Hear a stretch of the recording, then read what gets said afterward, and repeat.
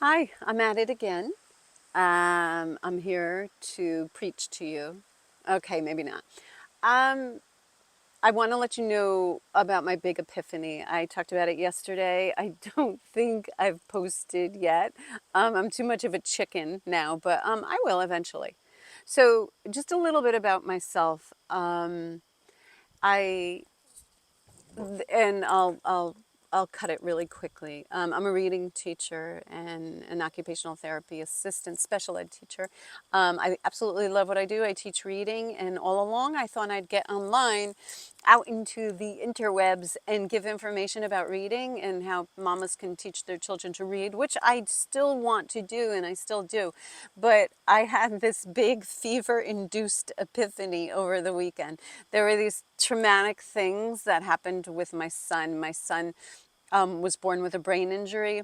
And then when he was 11, he had a brain surgery to try to stop the seizures. He had a life-threatening form of seizure, epilepsy that came because of his brain injury.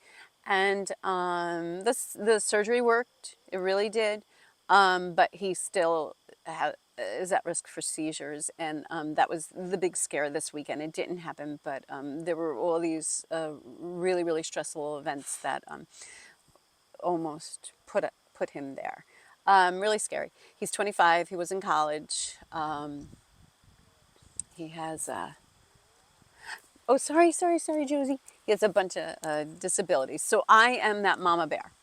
So that's my backstory. I'm that mama bear. And when I was in my 30s, when I had him, I was nuts. I went a little crazy. And then in my 40s, I was still crazy. And then in my 50s, I thought that I was healed and calm and super chill and I had all these tools and I was so zen and I meditated and I've been meditating for years, but I thought I thought the meditation finally worked. So it was my goal. It's been my goal since his brain surgery in 2011 is to help other mamas like my younger self. I even had a small antique shop in we have a very, very old farmhouse, and there's a really adorable outbuilding, and that was turned into an antique shop, and then portions of the what's the word I'm looking for? Profits or anything would go to families dealing with epilepsy or families who are dealing with the hemispherectomy surgery that my son went through. So I did that. I started a blog for mamas. I did all these things that never stuck. And my passion is reading. So I just thought, oh, I could really help moms whose kids have dyslexia or reading difficulties. And because we're all the same, really, it doesn't matter the disability, really. It doesn't matter. It's what we mamas do, and we are our kids' biggest advocates. We're mama bears. We lose sleep. We're freaking fierce and ferocious, and God help anybody who gets in our way or who even looks at our kid the wrong way. I've been there. I've done that. And then in our occupational therapy practice, they are the mamas that I see. They're the moms that come through the door. So I was kind of arrogant. I thought that, oh, I'm healed now. I've been there. I can help you because I'm healed now. I can tell you what to do and how to heal yourself, blah, blah, blah. Well, let me tell you, this weekend, oh boy, hit across the nose with a 2x4, with 9 2x4s, with nails sticking out of them.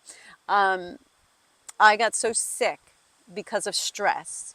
And then when I was finally, this has been over the past eight days, and when I was finally coming out of that illness, boom, I got hit again from another stressful episode that happened with my son. And I went straight into fight or flight again. And my body, now that I'm in my 50s, my body cannot metabolize that rush of chemicals, that flood of adrenaline and cortisol, and I get sick, and I go into adrenal fatigue. And I said this before. I don't know if it is a legitimized medical diagnosis, but I don't care. Screw you, whoever hasn't labeled it, because it is mostly a woman thing from what I believe. I am the furthest thing from an expert. All I know is when this happens, I can't move for several days after. When I was in my 30s, I could handle it better. My 40s, it got a little tougher. But I'm telling you now, at the ripe old age of 56, it kicks my butt. It it really, really is dangerous for me because I can't function when it happens. And I'm not a depressive person. Instead, I'm a wildly energetic person. And I wake up in the morning, feet on the ground, flying 0 to 100 in like, I don't know, 1 second. I love my life and I love projects and I love teaching my students and I love interacting with the parents I work with. I love, love, love, love, love what I do. Or I go outside like this. Okay, but when the adrenal fatigue kicks in, I have a really, really hard time functioning. Why am I telling you all this?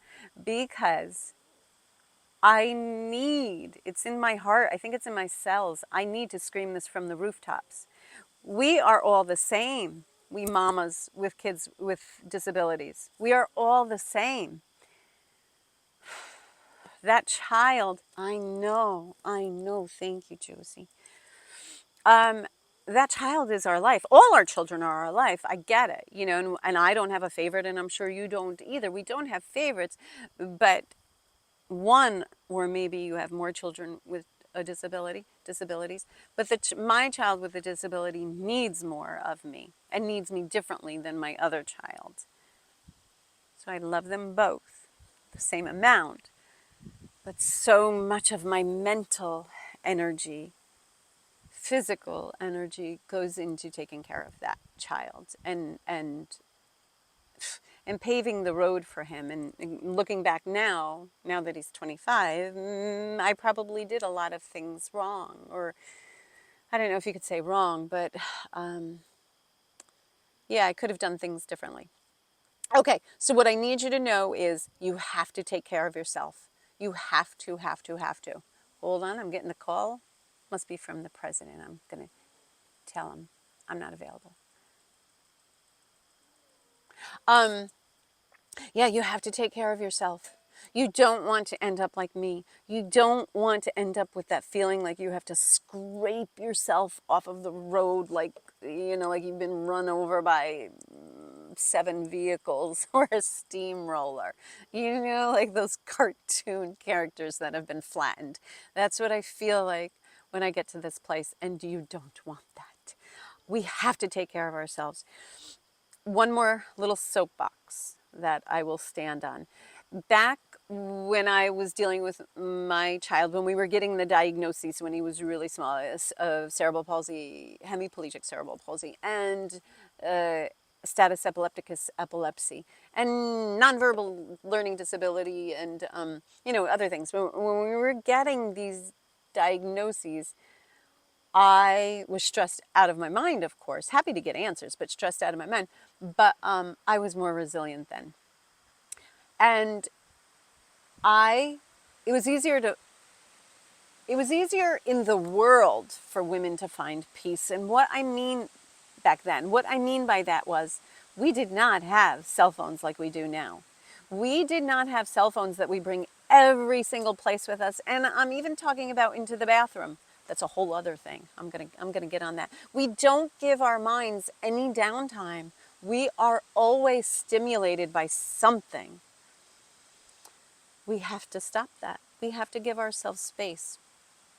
Okay, on that note, I love you. I have to go. Bye.